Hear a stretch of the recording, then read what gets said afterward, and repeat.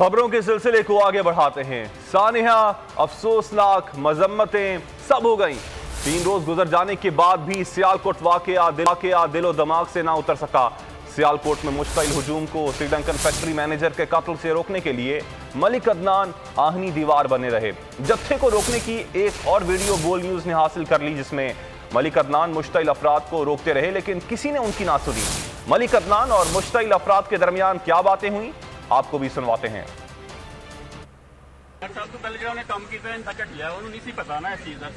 सानू पता मैं सानू पता फैक्ट्री भी नहीं रखना तो पर्चा भी कराना जी नहीं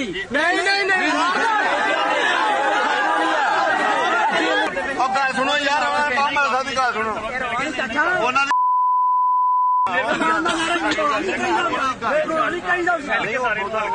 नहीं रखते पर्चा करा के खेले कराने